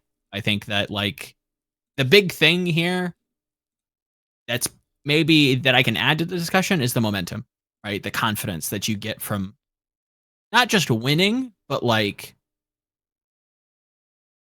kind of upsetting everything. Like nobody saw them coming, and I think that really does something to just people. Not just players, but just like I think that changes how you approach the season. I think that changes what your potential really is, right? Like if this is the max potential, right? If they come out and they just dice roll, they get a nat 20, they crit, and they just smash everybody. That's impressive, especially when it comes to like leading into the season. I think that like kind of sets the stage. In the same fashion, maybe that kind of could be a detriment where it's like you set your expectations a little high after winning Pro-Am and then you underperform and you get into a rut, you get in your own feelings and it gets bad. I don't think that that's the case, especially on top of Mayhem's like consistent creativity. When you go look at last year, homies got fined. They're out here playing Roadhog. I expect this team, like those are all markings to me. And you can feel free to disagree, YouTube comments. That's a team that I think like thinks for themselves, right? Like they're not meta sheep, right? Yeah. They're not out here just playing Sombra because they think they can play Sombra. Checkmate, weirdly enough, last season, you want to talk about Sombra players, actually led Sombra stats for the stage that I was tracking them. Very, very good. Someone, again, I don't need to like, fans of this podcast understand that someone is him. This is a team, like you said, that is prepared for everything, and they don't really have to make too many swaps. Yeah.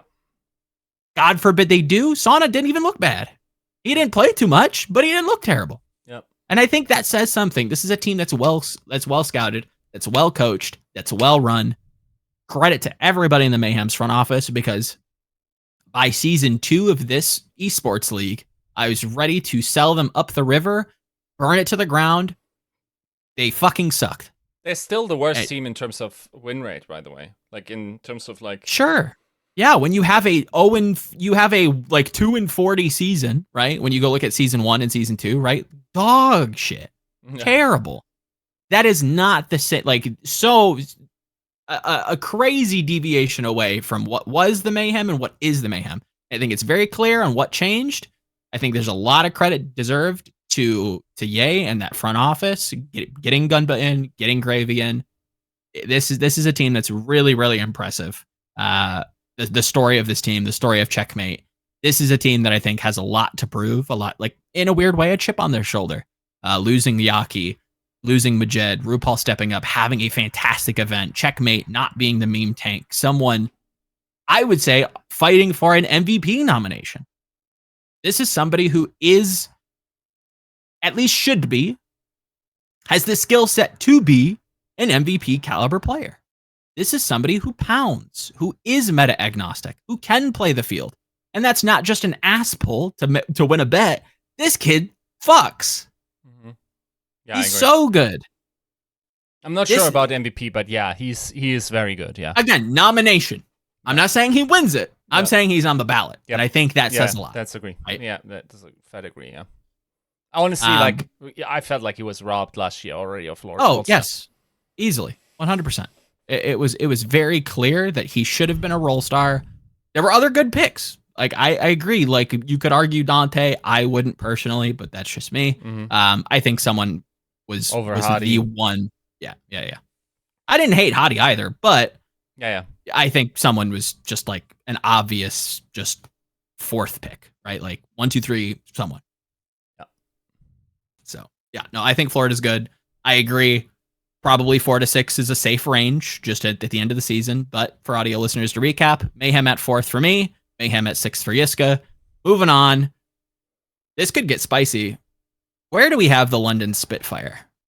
What happened to the Cinderella story of last season? Are they making a run this year? Let's check the survey. Let's check the list. What do we got? Yeah. No. Like, yeah. This is the one where, okay, I have him at 8th. Joe has him at 9th. I could see the Titans finish above the Spitfire. Yeah. That's a possibility. Yeah. That's also where I start sweating then. But of course, like, there's also still the chance that other teams from the below hit up over the Titans. I think, like, doing it back to back is incredibly hard. I think Lethal very much underperformed at Pro-Am. I hope he gets up to speed. Backbone was still on ping, I think. So that's something to be considered. Generally, like, this is once again the team. I don't have them in A tier, Joe. I have them in B tier, which is the 3rd tier, meaning they are not part of the Toronto, Boston, Florida group. I don't think they just don't have the resources for that and the quality for that. Agreed. If they beat any of the A-tier teams in the final standings, that's a big dub once again. Yes. It is just very hard to make it happen two in a row. Honestly, like, if Christopher finishes 6th here, dude, like, that's once again, like, Coach of the Year material. Yeah. All of this is, like, especially looking at the rosters in that A tier, I think they're likely to be on top of B tier, either Titans or London, with a solid chance for Justice as well. I'd be very surprised if NYXL was top of B tier at the end of it. But yeah, they have a range realistically from 8 to 11, I would say. Very hard to be 7th. Yeah. Given how the A tier shakes out. It is tough because there's so many pieces that I do like. Well, okay, maybe so many is a little overselling. I think Hottie definitely underperformed. I think Lethal has a lot to show. Yeah. Skimming through some of his VODs, talking to some of the experts from Contenders, this kid is special. My issue is how he kind of overlaps with Sparker, who I think is still criminally underrated when it comes to Western hit scans, or just hit scans in NA, right? Let's just talk about the NA teams and their hit scan players. Sparker is a consummate professional who arguably was better than Kai last year, just in terms of performance, right? I don't think that's that crazy to say. And that's somebody who I think would be in like the top 5 list for most people. And I don't think Sparker is like that outside of it. It's not somebody who gets like thrown around off the top of the head. And I think he should be. If this team punches up, it has to be like, it's another one of those Cinderella stories. It's another one of those like the pieces come together and they're more than the sum of their parts, right? Because on paper, it's hard for, okay, let's just look at the teams that neighbor them. If you want to hand wave away Boston and put them up higher, that's fine. I don't hate that. Again, that is a gamble on my power rankings, right? Even arguing against the Titans, that is a tough call. You're fighting against 2 DPS and a flex support that are playmakers. You need to somehow get in the way of them, either through great macro, weird picks, what have you. That's not something outside of the London Spitfire wheelhouse. It's, can you do it again? Arguably in a harder, more stacked season. That's tough to say. Yeah, it's hard. It's hard. Like, once again, I feel like compelled to rank them higher just based on last season, but I also think it's really valuable to rank them accurately. So if they do overperform, it is once again the surprise that it should be, right? Yeah. There's a very distinct difference in the quality of players that the A tier have access to. Come on, dude. Like, look at Boston and then look at Tiny. Like, this is David against Goliath, right here. Yeah. You have actual like OWL winners who, like, funnily enough, have won on the Spitfire, right?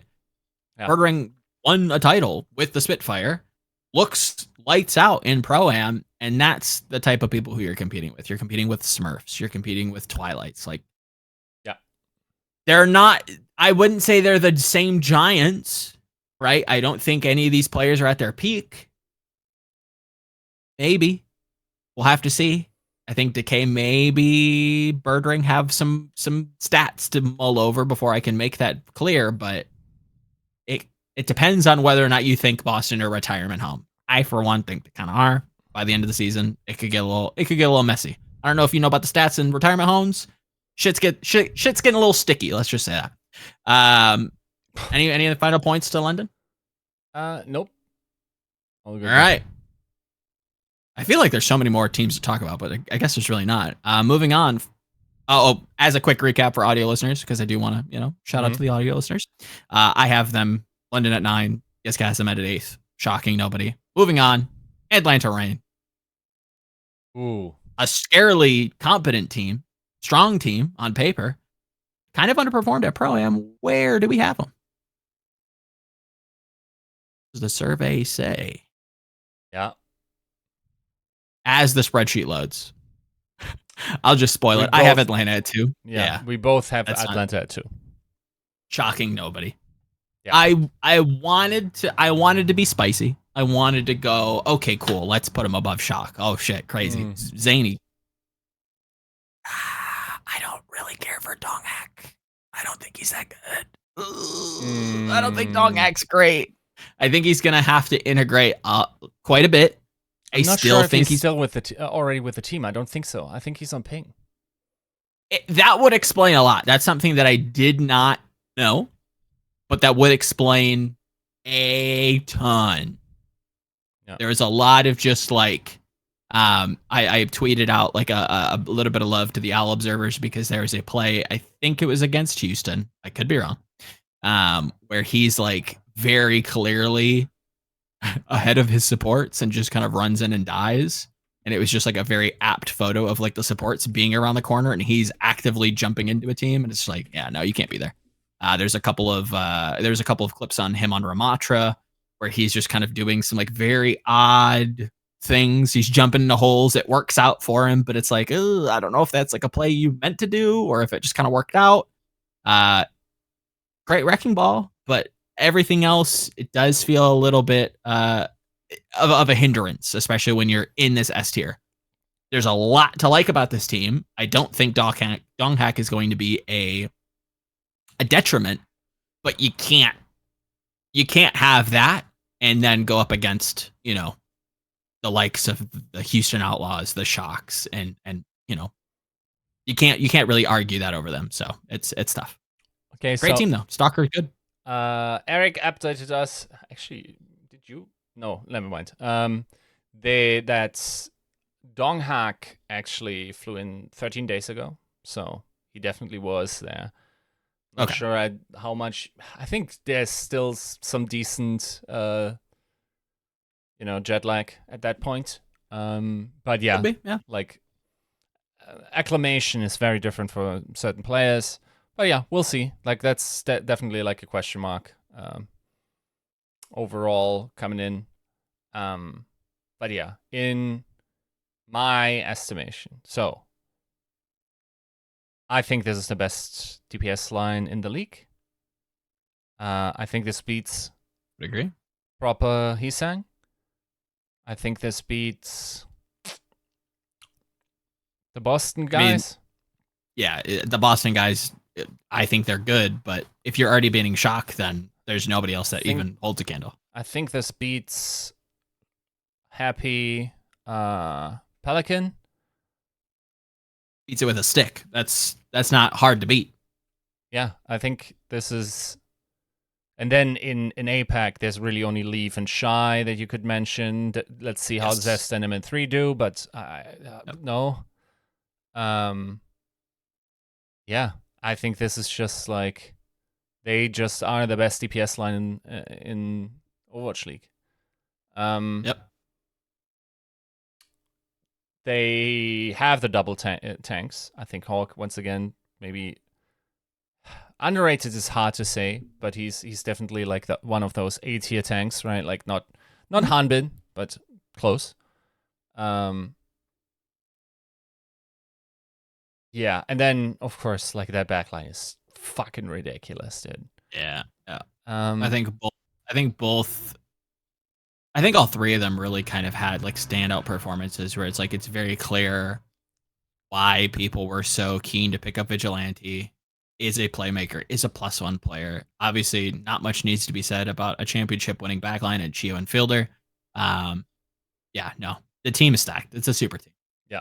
So, like, once again, it's a dream team there. They had certain question marks, which is why they're only second. Yep. But they are part of the tier break. I think, like, they never should finish below 4th. If so, that's a fumble. Oh yeah. And yeah, I think that like it's just not representative of what they're capable of at Pro-Am. I'll tell you straight up from Scrimbox, they didn't lose one. They didn't lose one. I've heard that constantly. Yeah. That Atlanta is just pounding, and we've seen this from the league scrims. It's not surprising when you look at the roster. When you look at Pro-Am, however, if you do fine-tooth comb that, this team was messy. I already drew criticism to Donghack. I think Lip, while I did highlight a couple of his like solo EMPs, some of those did kind of feed. Some of those were like a little bit reaching for the win in positions you really don't need to, right? I assume that this is not a team who took it super seriously. I think that's very evident in their play. And they still looked very good. So I do not, again, I'm not weighing Pro-Am all that highly. So I do trust that Reign over the entire season, against end of season rankings, will be a championship contender, will be in the playoffs, being a threat, being a deep runner. Like this is a team that is going to go the distance. Yes. As it always has been, though, the criticisms are at the tanks. Does Hawk integrate in? Right. What does that look like? Can Donghack kind of evolve over the course of the season? What does that look like? That's the big limiting factor. It's not going to plummet them. It's just going to perhaps be what stops them in a grand final, in a semifinal. That type of feeling, right? This is a very, very strong team. Yep. So the both of us have the Reign finishing second in the end of season power rankings for Tactical Crouch, moving to the Houston Outlaws, another team that may be on a little bit of a renaissance, ending last year quite strong. Do they have what it takes to finish this year well? We will have to see. We're tied again. Houston at third for the both of us. Yeah. No, I'm very convinced about their peak potential. That's a team that can win the league if they roll the right meta. Yep. I think it's not a team that consistently wins the regular season. I think they are not in the S tier teams. They have too many holes for that. Okay. I think they will float on top of that A tier. They might win a match against like the Shock or the Reign here and there, but I don't think they will be capable of just keeping a clean slate across all the teams. They will lose some to those other A tier teams, but overall, like I'm a big fan of their playstyle, of their it's just so aggressive in what they're capable of, and they're constantly just pushing and pushing and pushing. It's really hard to play against. I always feel like especially in new meta situations, if you play aggressive, then you have a leg up. It's so much harder to play defensive and have that be of course, a good strategy. Like NYXL was probably just about the only team that ever made it at all possible, but they're hyper aggressive, and that's their style, and that works for them quite well. I'm a little bit concerned for the DPS line depending on the meta. Tracer issues have been pointed out. I think Pelican showed a little bit here, but generally speaking, yeah, that's a stacked roster, right? Like, in any other season, we might even call this like a super team. Yeah. I think it doesn't quite make the definition here, but yeah, that's a strong roster. I also think that folks should think about the addition of Gargoyle as probably a really good one.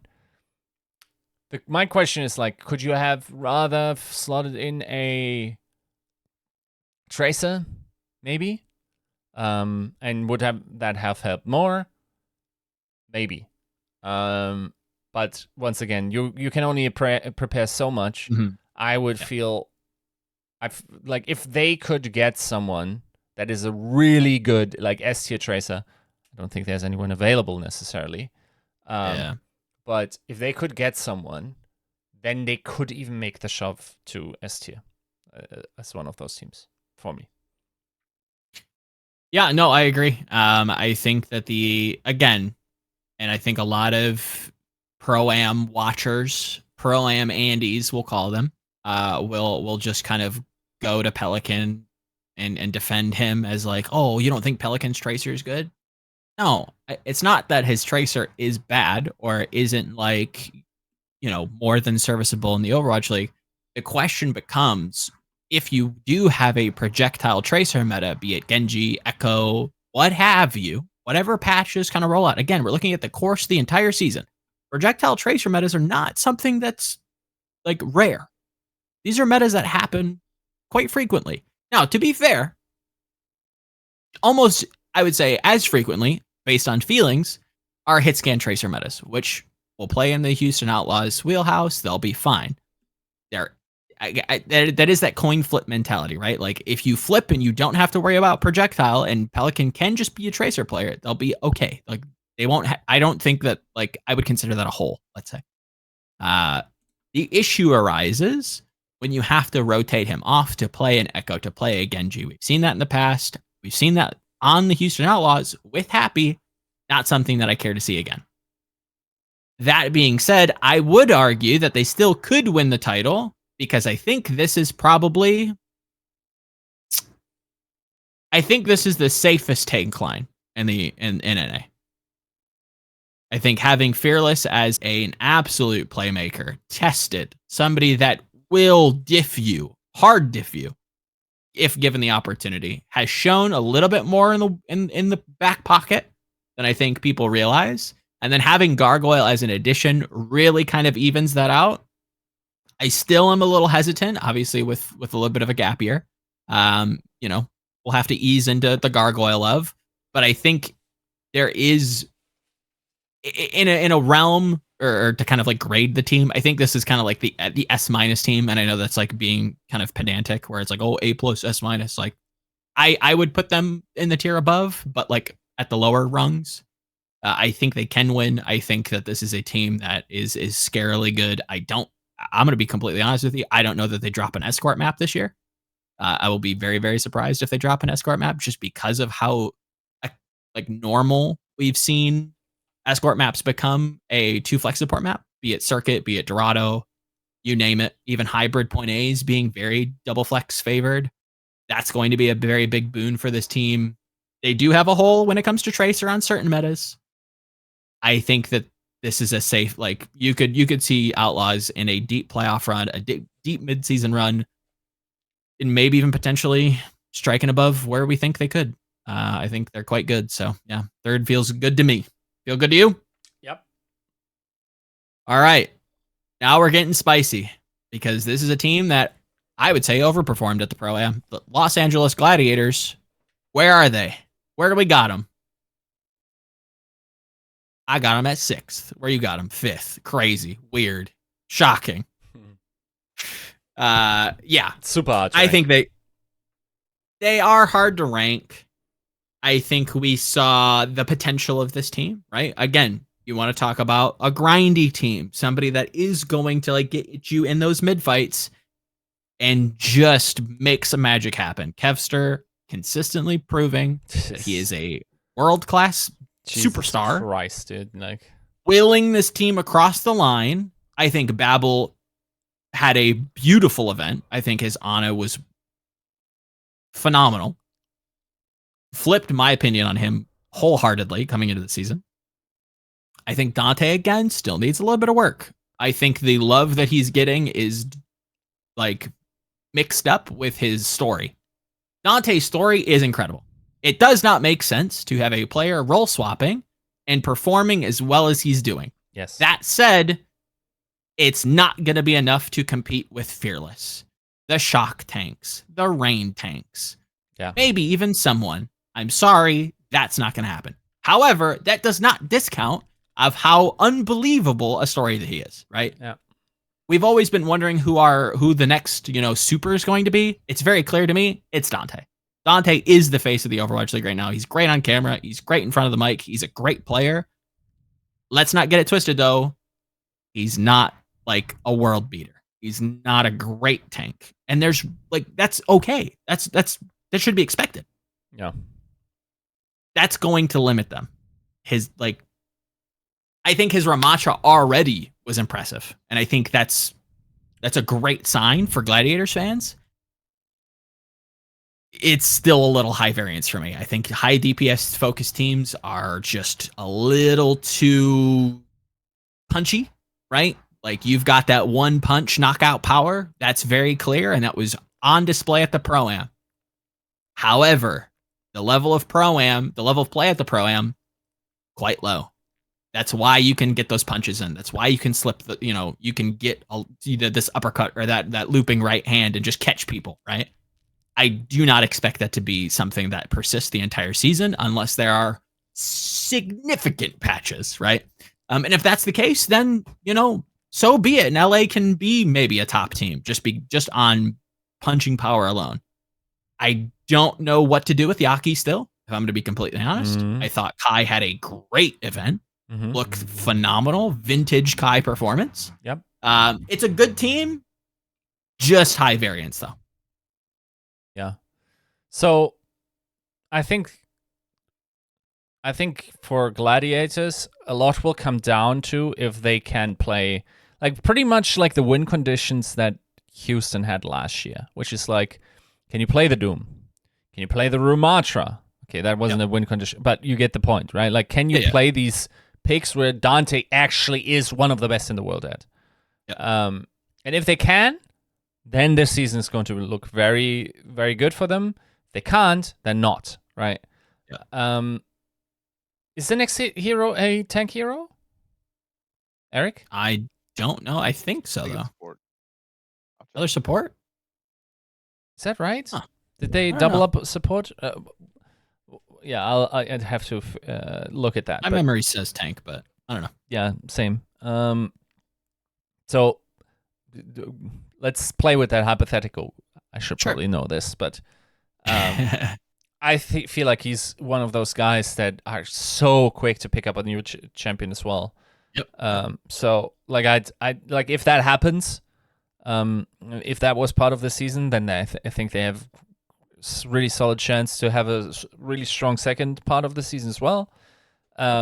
They really need everyone on that team to fire on all cylinders. So I feel like Kevster, of course, like he's one of the big three, and big four, I would say, in the overall in the Overwatch League in terms of DPS. If he can play like that, Jesus Christ, that kid is like mythological, right? I'm really positively surprised by. How do you pronounce it? It's not Babel. It's Babel. Babel. I don't know. Why? Baby Bell. I don't know. Did they ask him? Maybe. How do you call the tower? Tower of Babel. Right. Okay.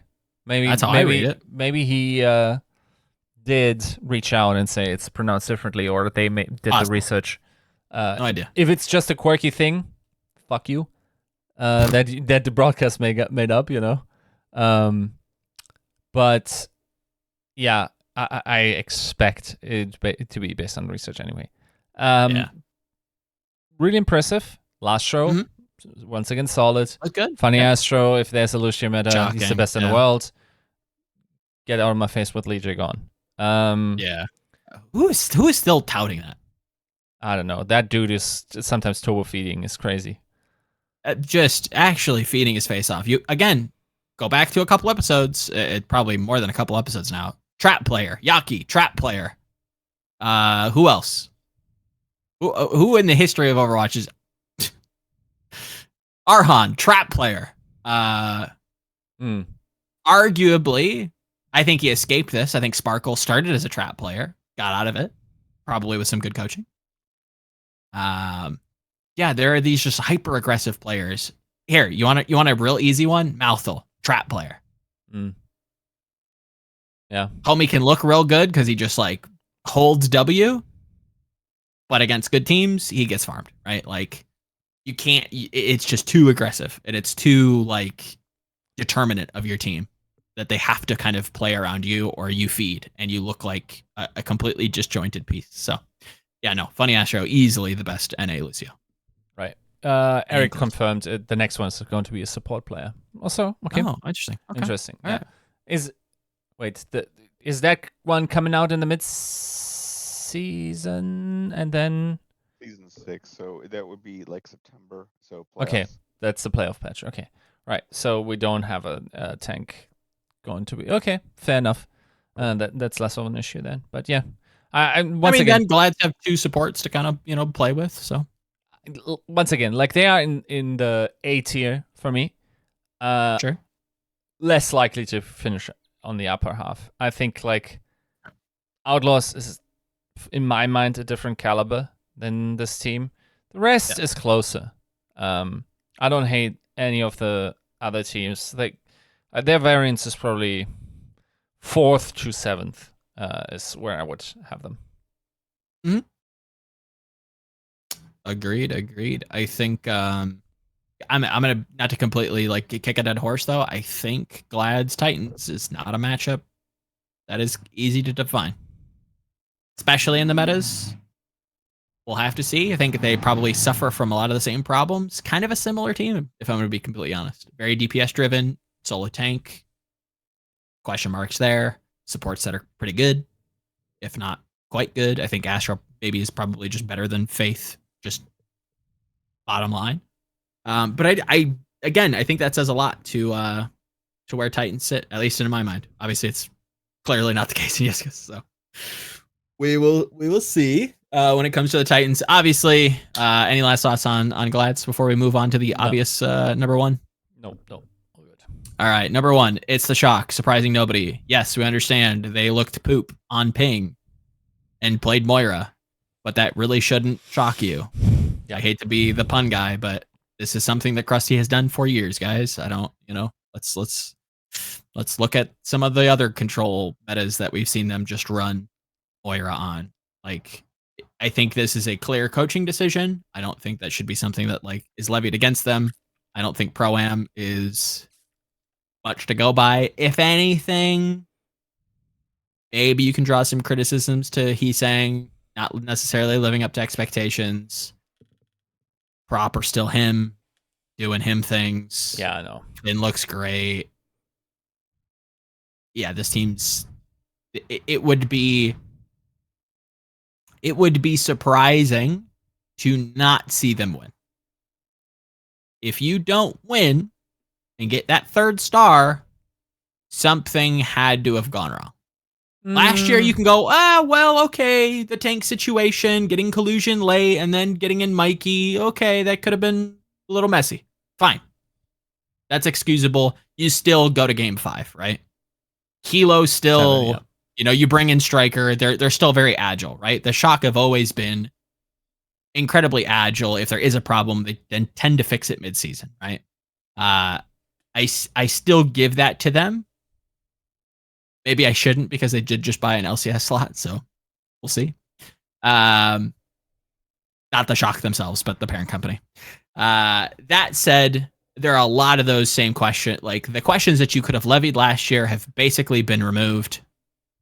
Maybe you could criticize them for not having like a dedicated hit scan. I don't know that you need it, especially when you look at Proper playing Widowmaker on, what was it, Rialto? Looked quite good, I'm going to be honest. Like, kind of surprisingly good, but there again, it's Proper. He can play fucking everything. Yeah. No, this is a team. I think it would be an underperformance to not have them auto slotted into the grand finals. If they can't do that, something has gone wrong.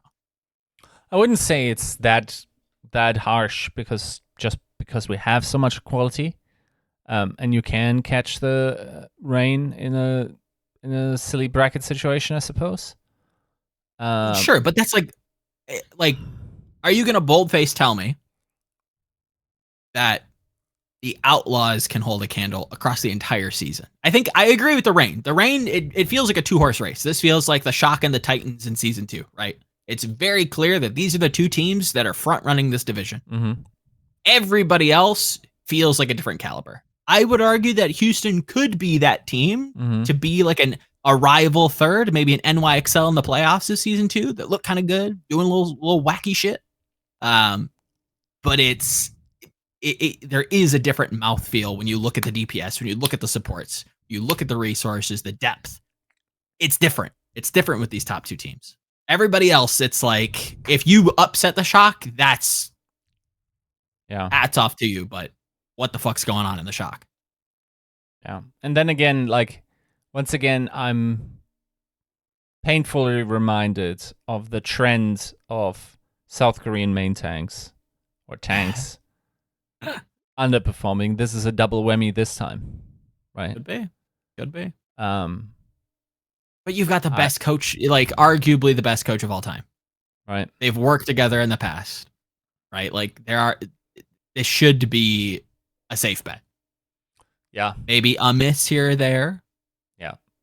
And maybe some overcoaching, but yeah. And Proper is still the best player in the world. Yeah, it's clear. Like the only person that like even looks remotely close is Kevster. And Lip, depending on like if he can play his fix. Yeah. Right. I agree. Yeah. But if this guy isn't your MVP top candidate, You're not watching the same game, No, my guy. yeah. And it's not about Pro-Am. Like, you're not going to do anything on ping, especially in the DPS role. And Yeah. the ping was 180, right? Like, Yes. and higher at times. Yep. So, yeah, you can't read anything into this. The one thing that I'm a little bit concerned about is, like, there was an uncharacteristic internal issue apparently because of the Finn situation, where he reached Sure. out and said he didn't know what was going on. It's very uncharacteristic for the Chalk to not communicate that internally. Yeah, and I hope there's nothing that persists there. Mhm. Even though I will say those in charge there are the best in the business as well. So, yeah, no, I think, like, I wouldn't be mad if you had the hot take that Rain are higher to be placed than the Shock. I think we will probably see a lot of Pepiche takes that will emphasize what the Pro-Am showed. Yep. If you have Mayhem in first, you're lost. You lost the sauce. He's got too much dip on his chip, Yiska. Yeah. He's saying will be the real deal. I think that's your front runner for Rookie of the Year or any of the other rookies on the Shock.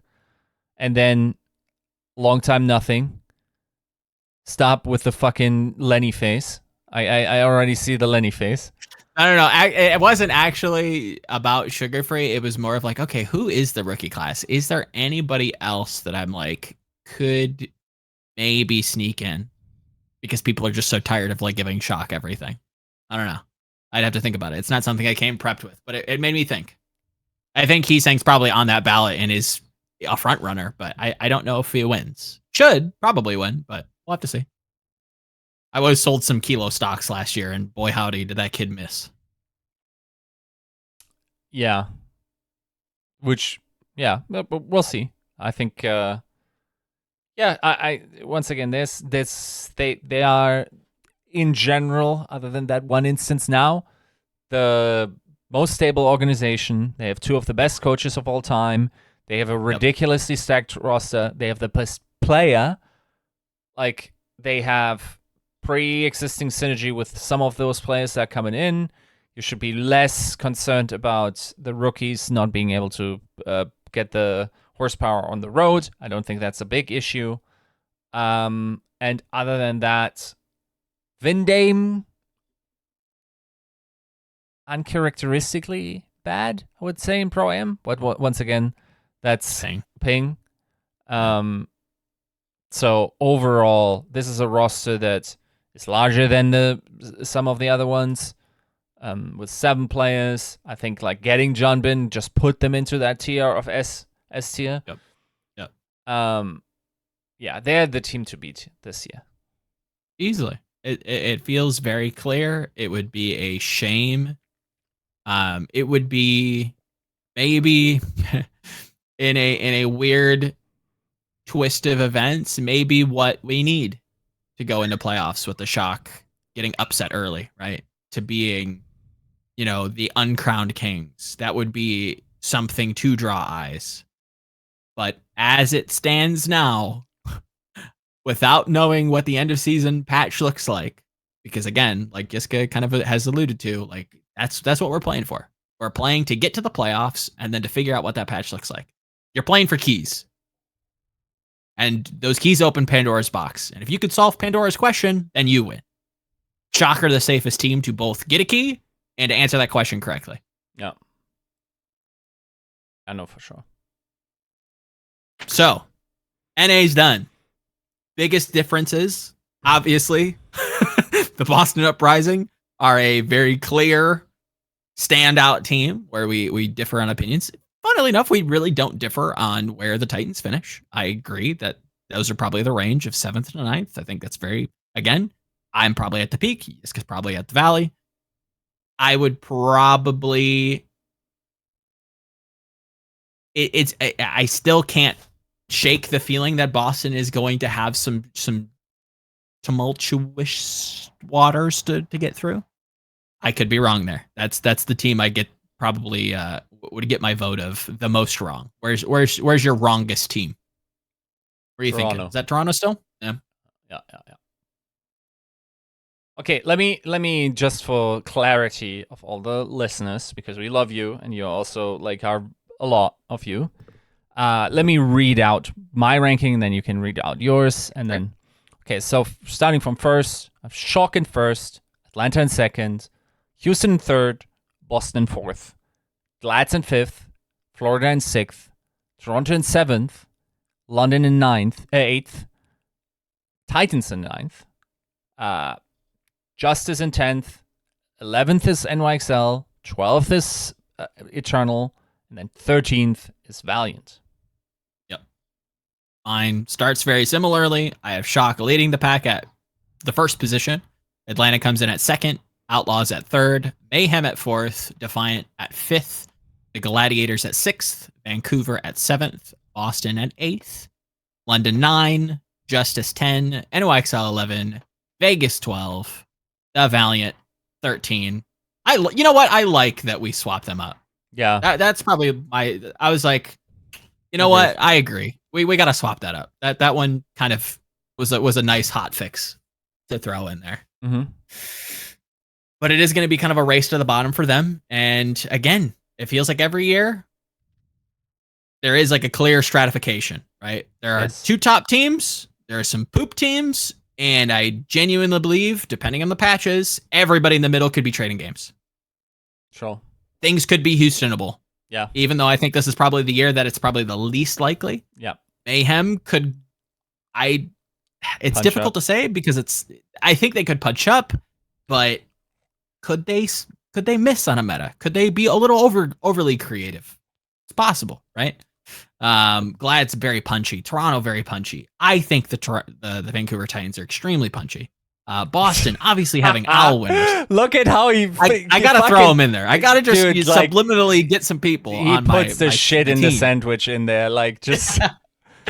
Jesus Christ! He's trying like the little rhetorical tricks you're playing on our listeners. And by the way, I'm using a lot of derogatory language for the Titans. Be assured, all of this is just emotion I apply towards Joe for being an absolute bullshitter. Hey, look, I bullshitted my way into a crown in season 2. I'm aiming Still for season 6. Still undeserved. Oh, without a doubt. Knowing what we know now of what that Chengdu roster had to go through, there is no chance that I should have won that bet. But the universe works in mysterious ways, my friend. And Reiner may or may not be signed to the Vancouver Titans by season start. I don't know. Fuck me again. We'll have to see. Maybe a Super. Hey, Super played in the trials, looked quite good. Maybe he's got the bug. There you go. Eric, you brought it home. It's Bumper. Bumper's coming home. Yeah. It's coming home. Come on. That's the real spirit of the Bad Prince. Jesus Christ. Oh, can you imagine?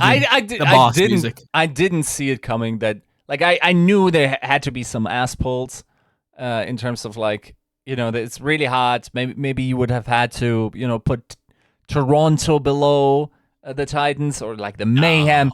I didn't see Boston coming. That's a crazy one, dude. I mean, coming into the season, like coming into Pro-Am, I was like, I don't think Boston are going to be particularly good. And obviously they did surprise, but I still don't know that they're like this world-beating team that people want to make them out to be. It looks like it on paper. They're a very sexy team. Like that's a resume that is tough to argue. Doomfist, though, I don't know, man. I don't like the Doomfist. I don't particularly care for like the coaching staff in general. And yes, obviously there's one that I'm referencing. Even the head coach, I'm like, big roster, hard to manage, a lot of egos. It could get messy in there. I think it could get messy. Sure. Maybe it doesn't. Maybe I'm just fucking wrong. But I'm willing to just be wrong in order to perform the ass pull. Yeah. We get it. We get it. Yeah. Look, if anything, I've learned a lot from shonen anime, okay? We gotta just somehow create boxing. Yeah. the plot armor. Yeah. We got to get Titans to the end boss battle, okay? And if it's off the back of Birdring's cold tiny corpse, it has to be, okay? It just must be. It's written in the stars, Yiska. Oh, dude. Well, that's NA. You're so lucky, by the way, that Dallas wasn't also in this. You're so right. I am so lucky. The universe loves me. Yeah. And that Valiant came back. It's crazy. Right? What if we just get another one? I'm telling you, man. Super looked great in trials. Maybe he's got the bug. Maybe he wants a 30-day. Maybe he just wants to trial for the Titans. I don't know, man. Yeah. Who else? We'll have to see. Who else? I genuinely couldn't think of anybody that would be a huge difference maker. Like if they grabbed Ryan or if they grabbed Super. I'm trying to think of a Korean. On suspect. No, I don't know. No, even Ons. I'm like, I think Aspire is fine enough. I think Ons is better than Aspire at the flick scans, but I think Aspire just unironically has a nasty tracer. I can't think. Iris? No. I like Iris, but I think second Crimzo Genu is flex? good. I don't think that's what they need. If anything, it's tank. You just need a main tank that can play make, and you're sitting pretty. I'm just thinking if somebody who could come back. The fact that Gargoyle is just resurfaced is here you go. And I don't know if he's still doing his military service. Last I remember, he's still doing his military service. Bro, what if Titans just pull a rabbit out of their hat? They just get mono. This is the shit that he's rationalizing here. Okay. It's not a yeah. Why not? It has no weight. Yeah. I'm just spitballing here. Sure. Yep. That's totally. What if it does happen? Yeah. Why not Fisher? What if it does? There you go. Yeah. Why not? Yeah. Fisher would be sick. Yeah. It is a weird one. We're gonna have to see. It's a gamble. It's a dice roll. I'm here to play. It's gonna be an interesting season, Yiska. NA looking stacked. We're gonna have to figure out what we're doing with APAC because I know damn well this kid has not seen contenders.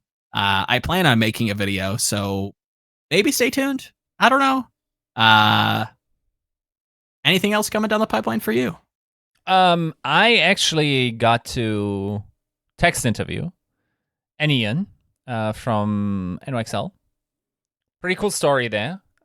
Actually, the way I was led to do this interview was cool because some people told me this is a really inspirational story there. There's a lot of